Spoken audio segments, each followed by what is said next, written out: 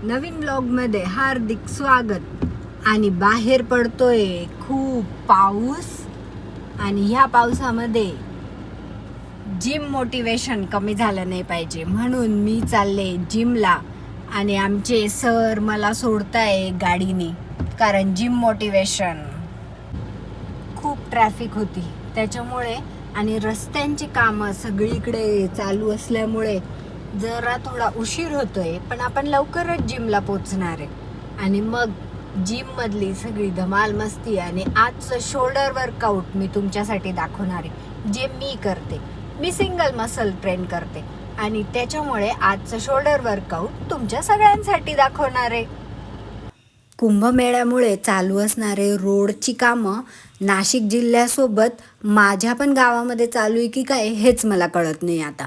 कारण की सगळीकडे रस्ते फोडलेले आहेत आणि सगळीकडे चिखलच चिखल आणि सगळीकडे रस्त्यांचे काम. आणि बघा किती पाऊस झालेला आहे की जेणेकरून इतकं पाणी सगळीकडे साचलेलं आहे की सगळीकडे डोह तयार झालेले. अगदी जिमला जातानाही सगळीकडे पाणीच पाणी झालेलं असतं. त्यामुळे कधी मोठ्या गाडीने तर कधी पायी पायी चालत मी जिमपर्यंत जाण्याचा नक्की प्रयत्न करते. पण जायचं म्हणजे जायचंच. आणि समोर दिसते ती आहे माझी जिम साई शगुन. इथे सुद्धा डोह साचलेला आहे.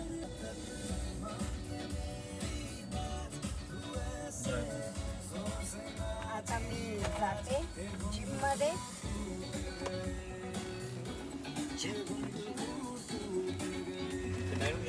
हो.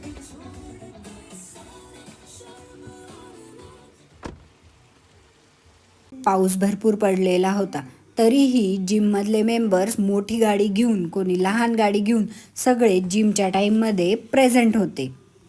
मीही माझ्या इव्हिनिंगच्या टाईमला बरोबर जाऊन पोहोचले होते आणि आज जबाबदारी सरांची होती पोचवण्याची.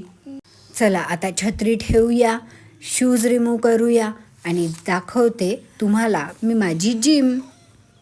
आतमध्ये गेले पाहिलं तर सगळीकडे अंधारच अंधार पसरलेला होता कारण पावसामुळे जिमचं शटर डाऊन केलेलं होतं. आता कोण हे शटर ओपन करेल याचीच मी वाट बघत होते. पण तोपर्यंत म्हटलं चला शूज घालून घेऊया आणि बाकीच्या प्री वर्कआउटला आपण सुरुवात करूया. पण जिममध्ये लाईट नसल्यामुळे बिलकुलसुद्धा करमत नव्हतं. पण अशा वेळी मला दिसला साहिल आणि मग मी साहिलला सांगितलं की शटर वरती करून घे. तू पण येणार व्लॉगमध्ये बरं का साहिल. साहिल जरी वयाने माझ्यापेक्षा लहान असला तरी माझ्यासाठी तो एक गुरुच आहे. कारण जिममध्ये कुठलीही अडचण आली तर साहिल नेहमी माझ्यासाठी तयारच असतो. मूर्ती लहान पण कीर्ती महान हे वाक्य अगदी साहिलला शोभून दिसतं कारण त्याची जिम करणं एकदम छान आणि त्याचे एक्सप्लेनेशनसुद्धा. आता झाली वर्कआउटला सुरुवात. आज मी करणार होते शोल्डर वर्कआउट आणि त्यासाठीचं वॉर्मअप आता मी सुरू केलेलं होतं. वॉर्मअपमध्ये आधी शोल्डर जॉईंट मूवमेंट होणं गरजेचं होतं. त्याच्यासाठी मी शोल्डर रोटेशन्स चालू केले.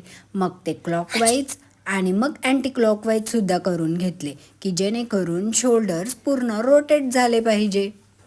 एक्सरसाइजच्या अगोदर वॉर्मअप होणं इज अ मॅन्डेटरी ॲक्शन. आणि किती जिम करा स्वतःतली योगा ट्रेनर थोडी का वैना बाहेर येतेच. आणि मग थोडंसं ताडासनसुद्धा करून घेतलं की जेणेकरून सर्व शरीराची एक्सरसाइज एकदाच होईल. वॉर्मअप म्हणजेच आपल्या शरीराला गरम करून आणि मग त्यानंतर एक्सरसाइज सुरू करायची. आता हे शाळेतल्या कवायतीसुद्धा थोड्याशा करून घेतल्या पाहिजे कारण जिममध्ये आल्यावर शाळेमध्ये हे कवायतीचे प्रकार का घ्यायचे हे आत्ता नक्की कळायला लागलेलं आहे. पण त्यावेळी कंटाळाच यायचा हे करायचा. पण आज ह्या सर्व गोष्टींचं महत्त्व शेवटी जाऊन आपल्याला कळायला लागलेलं आहे. पण ते शाळेत ऑलरेडीच शिकवलं गेलं होतं. आणि मग त्यानंतर थोडेसे रिस्ट जॉईंट मूवमेंटसुद्धा करून घेतल्या. रिस्टसुद्धा मी क्लॉकवाईज आणि अँटी क्लॉकवाईज थोडेफार मूवमेंट करून घेतले. जिम जॉईन केल्यानंतर खरंच कळतं की किती मसल्स आणि किती बोन्स आपल्या शरीरामध्ये आहे. कारण जसं जसं आपण जिममधले एक एक एक एक पार्ट ट्रेन करायला लागतो तसं तसं सगळे मसल्स आणि सगळे बोन्स आपले दुखायलाही लागतात आणि त्या पेनमध्ये ती मजाही वेगळीच असते. आता थोडंसं हँड रोटेशनसुद्धा करून घेते. ते सुद्धा क्लॉकवाईज 5 टाइम्स आणि अँटी क्लॉकवाईज 5 टाइम्स, जेणेकरून आपला शोल्डर सगळ्या पद्धतीने रोटेट झाला पाहिजे. आता माझ्या नेहमी केल्या जाणाऱ्या थोड्या थोड्या ज्या वॉर्मअपच्या एक्सरसाइज होत्या त्या मी करून घेत होते, जेणेकरून पूर्ण शरीर आता आपलं एक्सरसाइजसाठी रेडी होईल. आणि वॉर्मअप केल्यामुळे एक्सरसाइज करणंसुद्धा अगदी इझी जातं. त्यामुळे ह्या सगळ्या एक्सरसाइज मी करून घेत होते.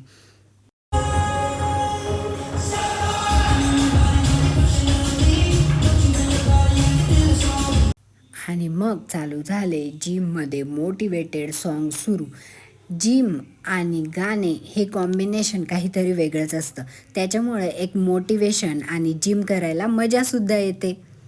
घड्याळ नवीनच घेतलेलं होतं, त्यामुळे या स्मार्ट वॉचचे स्मार्टनेस मी चेक करण्यासाठी आता स्टेपअपमध्ये हे स्मार्ट वॉचसुद्धा इन्क्लूड करून घेणार होते.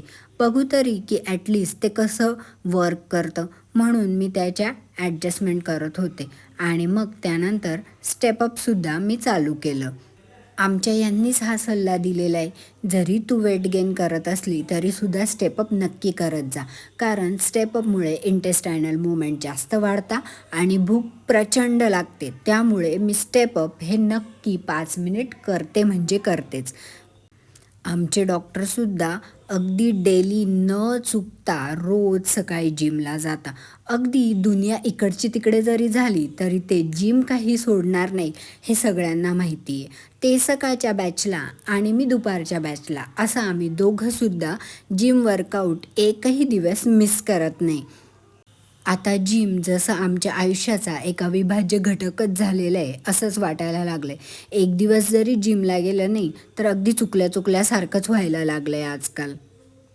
आणि त्यांना तर इतकी सवय झालेली आहे की अगदी कुठेही आम्ही गेलो तरी त्यांच्या जिमच्या वेळेपर्यंत पोहोचायचंच किंवा त्या वेळेपर्यंत येऊनच लागायचं, हा नियम अगदी ठरलेला आहे. 5 मिनटाचं स्टेपअप आता होत आलेलं होतं माझं. आणि मग त्यानंतर मी करणार होते सायकलिंग, पण थोडा रेस्ट घेणंही महत्त्वाचं होतं.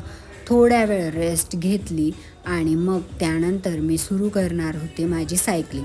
पण स्टेपअप केल्यामुळे दमही खूप लागला होता, म्हणून मी त्या स्टेपअपवरच अगदी निवांत बसून माझी रेस्ट टाईम घेण्याचा ट्राय करत होते. 2 सेटच्या मध्ये रेस्ट हा अगदी कंपल्सरी पाहिजे. रेस्ट झाली आणि मग आता मी चालू केली सायकलिंग.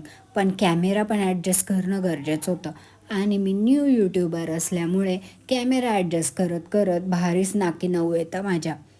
आता आम्ही करणारे 10 मिनटाचं सायकलिंग, जे मी रोजच करते. अगदी व्लॉगसाठी नाही रोज अगदी घड्याळात बघून मी 10 मिनटं पूर्ण सायकलिंग करते. भरपूर पाऊस झालेला होता, त्यामुळे जिमच्या बाहेर एकदम छान असं वातावरण तयार झालेलं होतं. आणि जरी पाऊस असला तरीसुद्धा आम्ही सगळेजण अगदी आपल्या आपल्या वेळेवर जिमला येऊन जो तो ज्याचं त्याचं वर्कआउट करण्यामध्ये बिझी होता. चला आता पटापट सायकलिंग करून घेऊ की जेणेकरून पुढे आपल्याला ट्रेडमिलसुद्धा करायचं आहे. ट्रेडमिल हे तर रोज केलंच गेलं पाहिजे, जेणेकरून थोडा चालण्याचा सराव तर ॲटलिस्ट राहतो.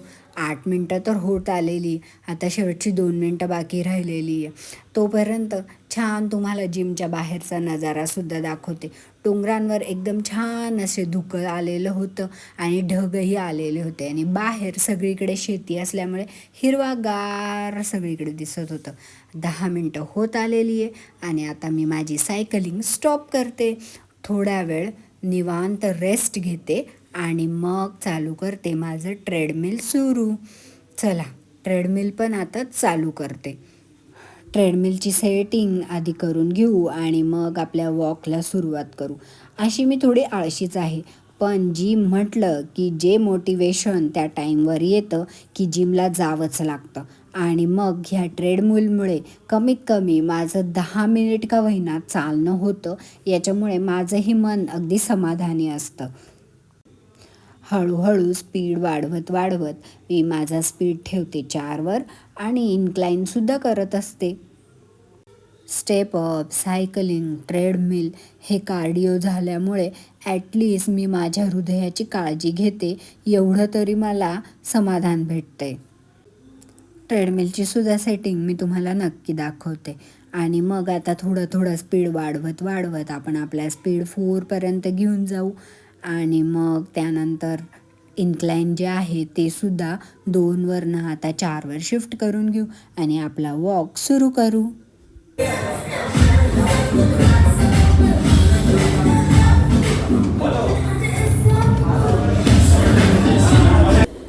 चालता चालता स्पीड कधी 4 झाला आणि इन्क्लाइन कधी 4 झालं ते कळालंच नाही.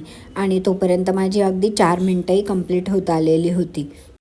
वॉक करत असताना काचेमधून जिमच्या समोरचा नजारा अगदी सुंदर असतो आणि त्यामुळे निसर्गरम्य वातावरणात आपली जिम चालू असते. 7 मिनिट माझे कंप्लीट होत आलेले. आता इन्क्लाइनसुद्धा मी थोडंसं कमी करून घेते आणि स्पीडही हळूहळू करून आता आपण कमी करून घेणार आहे, जेणेकरून एकदम आपल्याला चालणं स्टॉप करायचं नाही. ते हळूहळू करत ते आपल्याला स्टॉप करायचं आहे. आता मी इन्क्लाइन ठेवलं आहे 2वर आणि स्पीड माझा आहे 4वर. आता हळूहळू तो स्पीडसुद्धा मी कमी करून घेणार आहे की जेणेकरून आपल्याला आपलं जो चालण्याचा स्पीड आहे तो मेंटेन ठेवता येईल.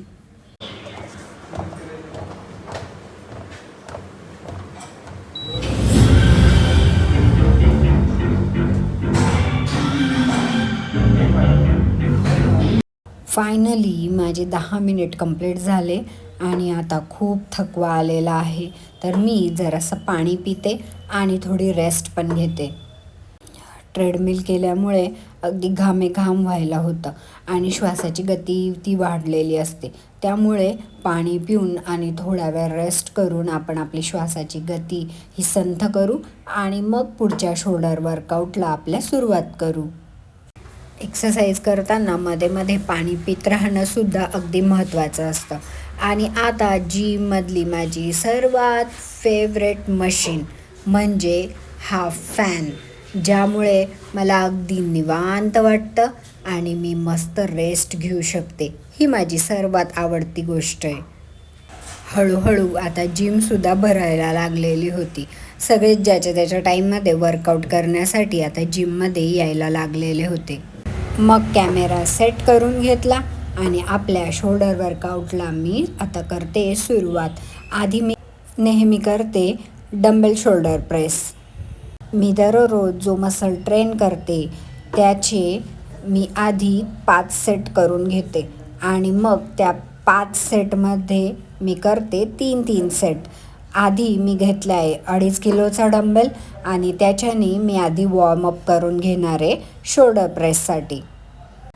2.5 किलोच्या डंबेलनी मी आता दोन्ही साईडनी 6चे रिपिटेशन्स करते आणि मग त्यानंतर मी 5 किलोचं डंबेल आणि मग नंतर 7.5 किलोचं डंबेल घेणार आहे. 2.5 किलोचं डंबेल आता काही वाटतच नाही, पण वॉर्मअपसाठी ते अगदी छान असतं.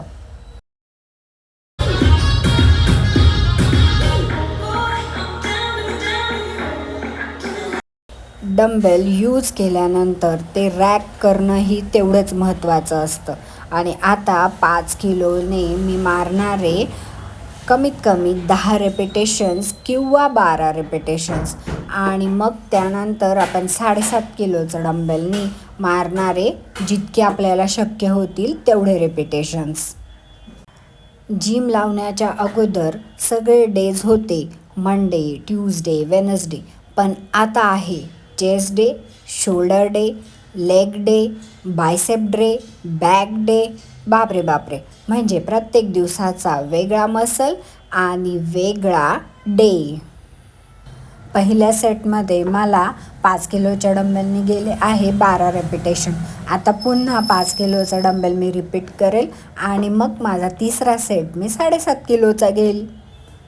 दोन्ही सेटच्या मध्ये थोड्या वेळ रेस्ट घेणंही तेवढंच महत्त्वाचं असतं, कारण त्या मसलला थोड्या वेळ रिलॅक्सेशन भेटणंही महत्त्वाचं असतं, नाहीतर मसल टिअर होऊ शकतो. आपल्या ताकदीपेक्षा थोडंसं एक्स्ट्रा करण्याचा आणि एक्स्ट्रा एफर्ट देण्याचा हाच तो दिवस असतो. पुन्हा 5 किलोचं डंबेलने आता माझ्याकडनं जेवढे शक्य होतील तेवढे रिपिटेशन्स आपण करणार आहे. तुम्ही वेट गेन करा किंवा वेट लॉस करा, अगदी शोल्डरपासून बायसेपपासून सगळेच सेट तुम्हाला सगळ्यांसाठी असतात. आणि आता हळूहळू जसे जसे जिममध्ये माझे दिवस वाढत चाललेले आहेत तसे तसे आता माझे जी डंबेलची साईज आहे तीसुद्धा हळूहळू इन्क्रीज होत चाललेली आहे. आता फायनली घेते 7.5चा डंबेल.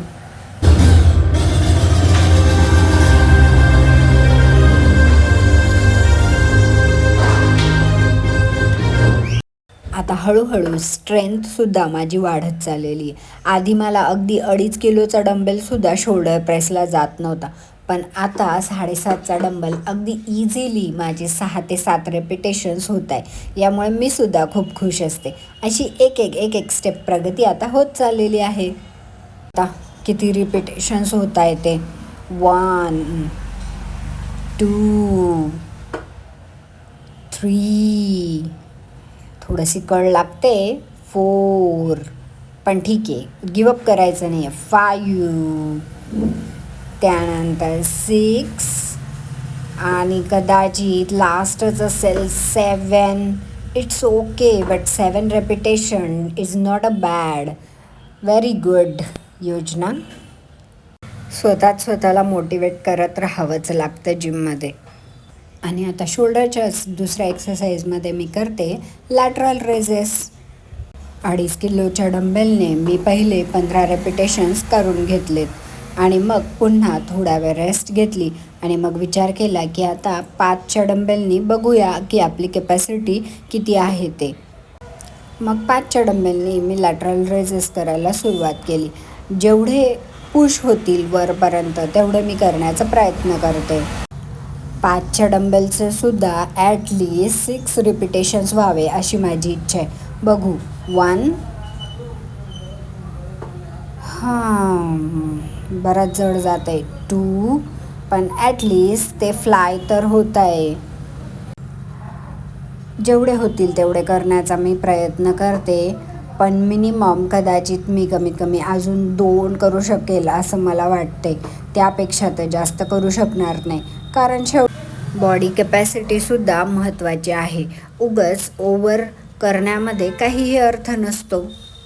लॅटरल रेझेस केल्यानंतर शोल्डर्स अगदी जाम दुखायला लागले होते, त्यामुळे मी आता रेस्ट करायचाच निर्णय घेतला होता, कारण मग बाकीच्याही एक्सरसाइज बाकी होत्या. रेस्ट झाली आणि आता वेट लावून घेतलं आणि मी करणार होते फेस पुल. कॅमेराही सतत इकडे तिकडे ॲडजस्ट करावा लागत होता आणि मग चालू केलं फेस पुलचे सुद्धा रिपिटेशन. आपली पूर्ण ताकद लावावी लागते आणि हा रोप आपल्या साईडला पुल करावा लागतो, तेव्हा कुठे शोल्डरला जरा तरी थोडंफार स्ट्रेच आल्यासारखं होतो. आणि फक्त एक्सरसाइजच नाही तर डाएटसुद्धा तसा घ्यावा लागतो, तेव्हाच तो तिथला मसल रिपेअर होण्यासाठी हेल्प होणार आहे. आता फेस पुल झालं होतं आणि मी आता बेंच थोडासा ॲडजस्ट करून घेणार होते, कारण माझ्या शोल्डरच्या काही छोट्या मोठे वर्कआउट्स राहिलेले होते, कारण माझा आता 3रा-4था सेटही कंप्लीट होणार होता. मग व्यवस्थित मी बेंच ॲडजस्ट करून घेतला आणि 2.5 किलोचं डंबेल मी हातात घेतले. दोन्ही डंबेल मी घेतले आणि आता आपण डंबेल रेज करणार आहे. आधी 2.5 किलोच्या डंबेलपासून आपण सुरुवात करणार आहे की ज्याच्यामुळे आपले शोल्डर्सचे वर्कआउट अगदी प्रॉपर होईल. आणि मग त्यानंतर 5चं 1 रिपिटेशनसुद्धा मी करणार आहे आणि मग त्यानंतर माझं पूर्ण शोल्डर वर्कआउट कंप्लीट होत येईल.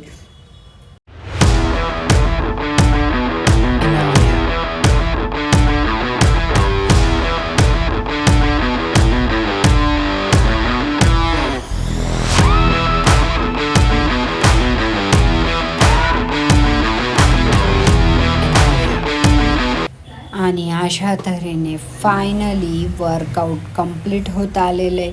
पण अजूनसुद्धा वर्कआउट झाल्यानंतर पोस्ट वर्कआउट थोड्याफार एक्सरसाइज कराव्या लागतात, जेणेकरून स्ट्रेचिंग करून घ्यावी लागते, ज्यामध्ये मी शोल्डरच्याच ज्या आधी वॉर्मअपच्या एक्सरसाइज केल्या त्याच थोड्याशा रिपिटेशनमध्ये करणार आहे, जेणेकरून आपल्याला शोल्डरला इंजुरी होणार नाही आणि त्या ठिकाणी पेनही कमी होतं.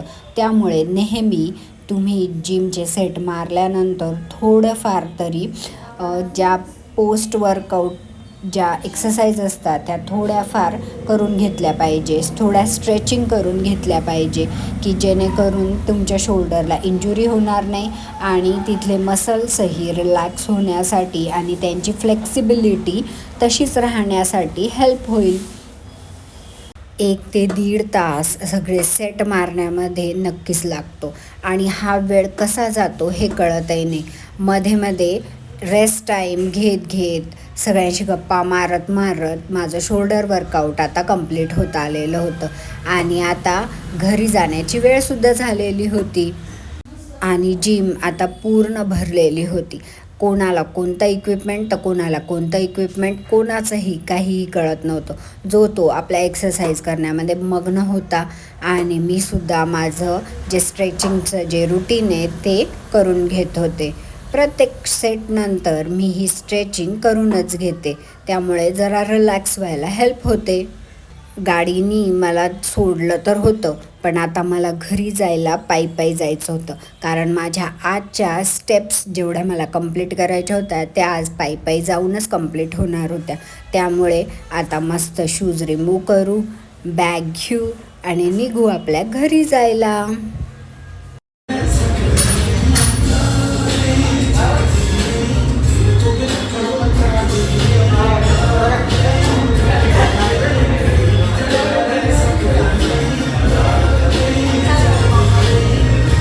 रस्त्याने सगळीकडे चिखल आणि पाणी होतं, तरीसुद्धा मी वॉक करत हळूहळू माझ्या घराच्या दिशेने निघाले होते. ज्या रस्त्याने आले होते त्याच रस्त्याने पायी जाताना अगदी कंटाळा आला होता. सगळीकडे खड्डे आणि पाणीच पाणी होतं. अशातच माझं घर आलं होतं जवळ आणि आजूबाजूला सगळीकडे अगदी छान असं वातावरण झालेलं होतं. तर आजचा हा शोल्डर वर्कआउट तुम्हाला कसा वाटला हे नक्की कमेंटमध्ये सांगा आणि तुम्हाला जर व्हिडिओ आवडत असतील तर नक्की लाईक करा, शेअर करा, सबस्क्राईब करा. ओके.